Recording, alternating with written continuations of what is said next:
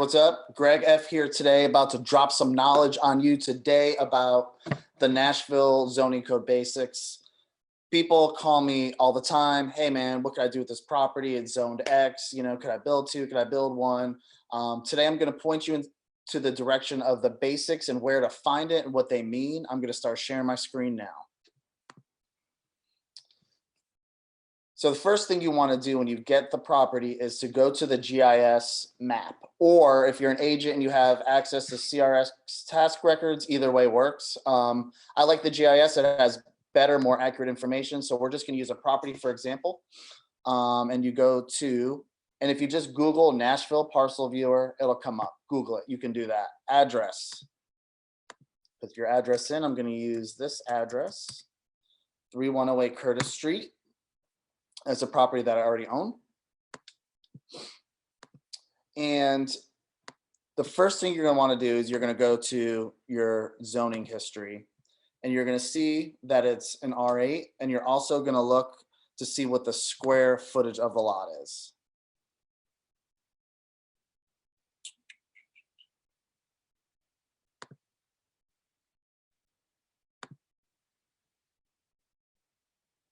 Well, I'm just going to look up here.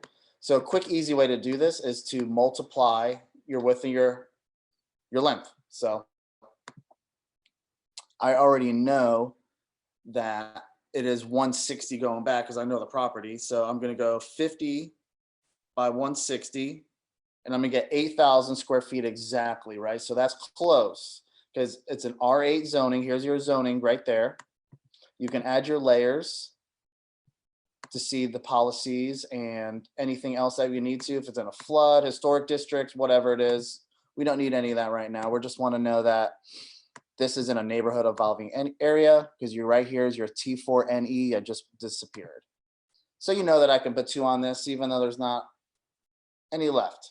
So then I want to actually, I do have access to CRS, so I want to see what it says there for square footage. So I'm going to go there, I'm going to find the property, and I'm going to look down here, and I'm going to see that it's 8276.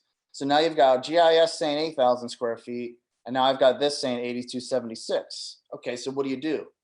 Well, this one you're not going to want to purchase unless you have a contingent upon a satisfactory survey saying you can do 2 units. So let's just pretend that, yep, it's 8,000 square feet. I got my survey back. What do I do now? The first thing you want to do is Google, well, what does each zoning district allow? Okay.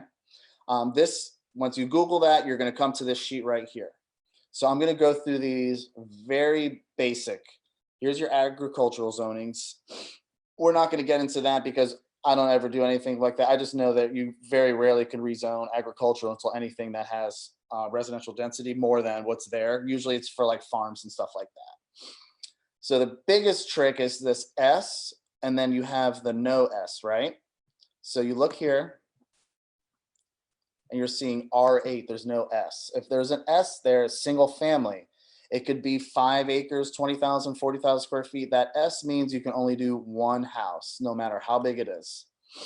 If there's no S, you can do 1 and 2 family. What that means is you have to have this 8 represents 8,000. So you have to have at least 8,000 square feet to do 2 units. R6, 6,000, and so on, which will explain that all here. R30, R20, all the same. You have to have that certain square footage to have 1 or 2 homes. I'm going to move down to some that we've been seeing a lot lately. Your MULs and your MUGs, MUNs, that has a lot to do with your floor area ratio more than your per unit. So your RM is you can do residential or multifamily. So that's where it kind of gets tricky and what you can do. Your envelopes are a little different. So here, your ORs, your office and residential, you can do residential, multifamily, you can do office, retail, any of those type of uses in those zonings, and you can do Airbnb. Here's your office, shopping centers, your CLs, the CN, CS. These commercial, these CLs and CS are great zonings to put residential units on, but there'll be more about that later. And here's your industrial. I'm sure you see a lot of IWD with the your warehouses on those larger parcels that have those districts where there's a lot of distribution. So you're going through here and you're like, well, cool. R8, I can do 2. Well, the next thing you want to do is you want to click on this link right here. This link is Title 17, which is going to be all of your zoning codes. So then you click on this and you go down to your chapter Title 17. District zoning and land uses chart. So basically, this is a great chart to tell you, what you can do in each of these units, right? This is very basic. You scroll down, read through this if you're not sure what you're doing is specific, or you can always email planning@nashville.gov to help you out.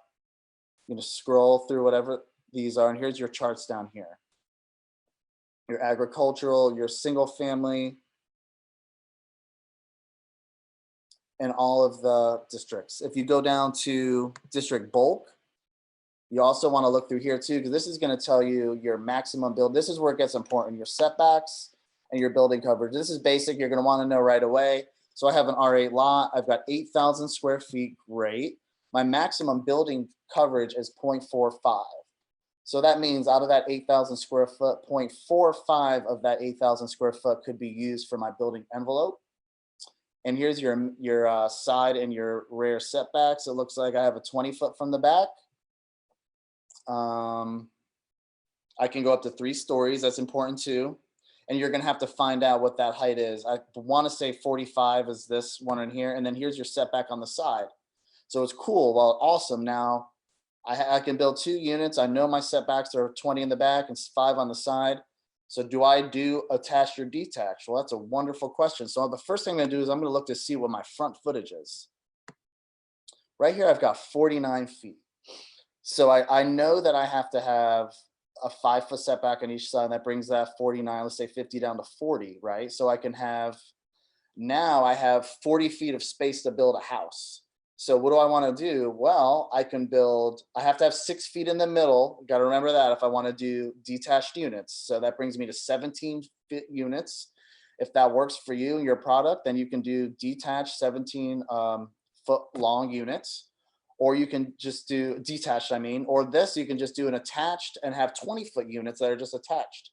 Then you have your 5 foot on the other side. And most likely you're going to have to, worry about your parking and what that looks like too. And you also want to see if there's any overlays that will hinder your parking. So for me, I know that I have 49 feet here and I can do 2.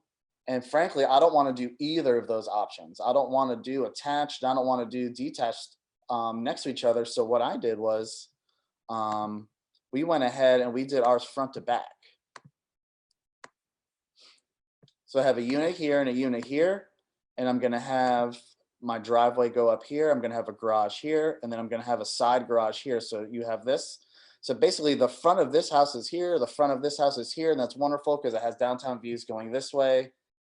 So that's how we decided to do that.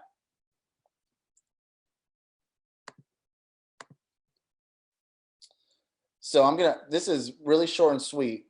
It's not that difficult to do your initial due diligence. You go to, again, your GIS, Nashville Parcel Viewer, look up the parcel, zoning, square footage, and how many in the policy to see where it lays. The second thing you're gonna do is you're gonna make sure that you could go here and just basically be like, cool, I can do 2. And then you're gonna wanna go to your district table to see like build your footprint out in your head and just be like, okay, is this even possible with the slopes or whatever could be challenging.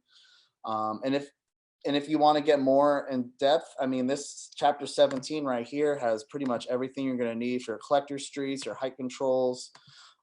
This is kind of when it gets into getting to with your builder and to ask those questions. But anybody can do their homework as an agent first and be like, you know what? Everything meets the requirements of you being able to do 2 units. Now just check with zoning, do your due diligence to confirm everything.